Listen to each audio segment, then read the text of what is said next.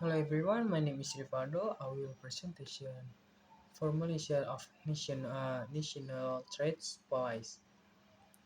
In today, increasing into integrate global economy, international trade is not longer a mere option. It has become a necessity for the every nation. Countries around the world are in connection connected through the exchange of goods, service, capital, technology, and information. Within the context, the international trade policies play a crucial role as the government's prepon- primary instrument to manage cross-border economic activities. Uh, uh, A national trade policy is the net set of strategies, regulation, and the actions designed by the governance to manage and direct the country export and import activity. Its objective go beyond simply increasing trade value.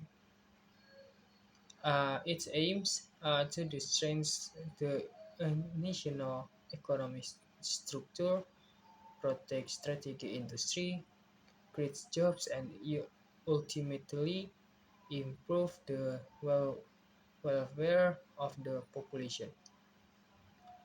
However, formulation and effective trade policy within the landscape of international business is far from straightforward.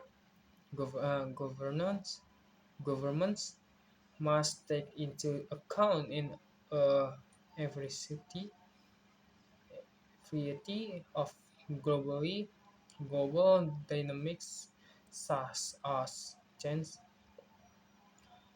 consumption pattern,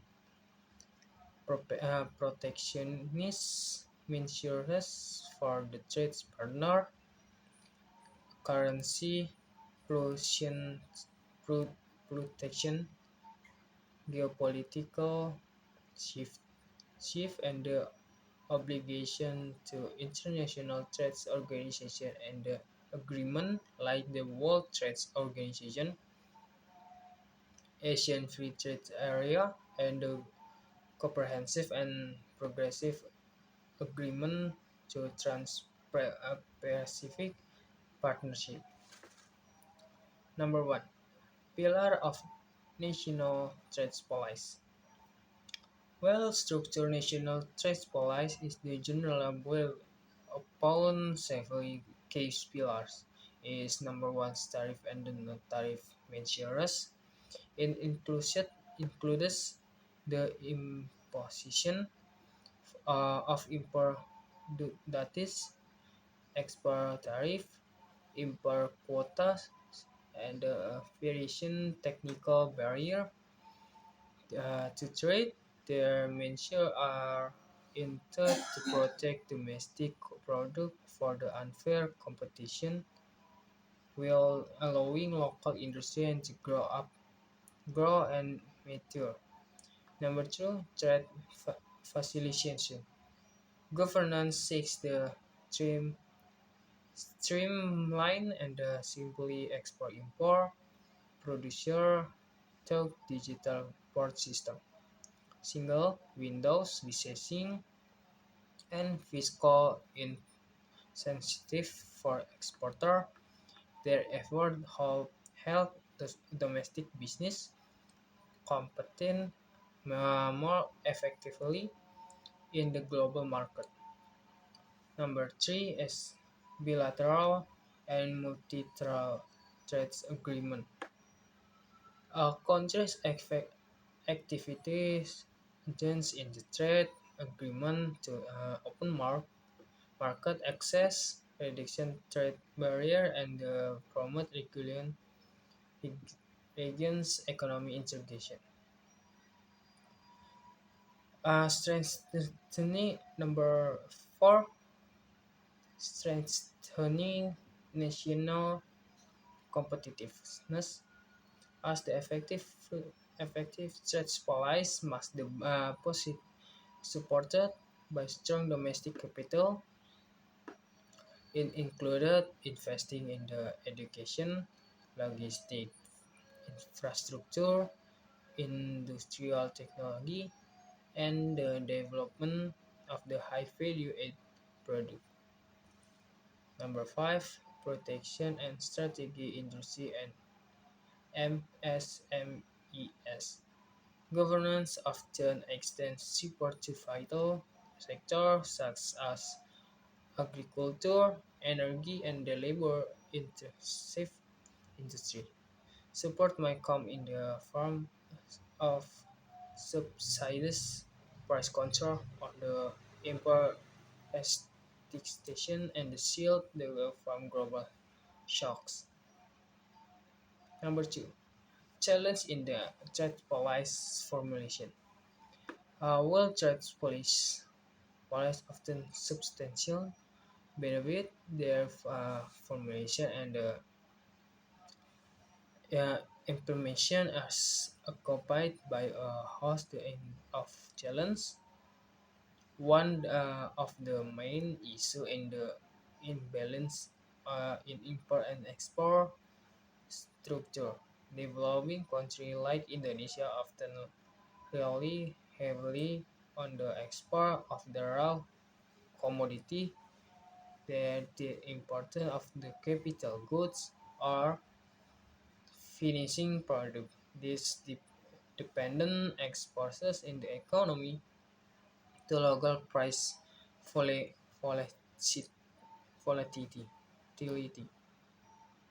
Another challenge is the growing trend of the protectionism among trade partners in recent years. Major economies have adopted defensive trade policies, imposing tariff or export bans, which disrupt global supply chains and reduce market access for the domestic product. Number three, strategy opportunity in the international business. Amidst the challenges, there are also significant strategy opportunities in Indonesia with its full natural resource and the large population hold the tremendous potential as both the product hub and the consumer market.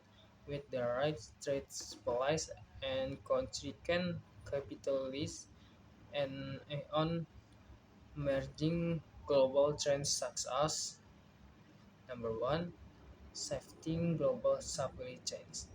As the company look to differentiate product away from China, Indonesia has the chance to positive itself as the alternative manufacturing and the investment decision.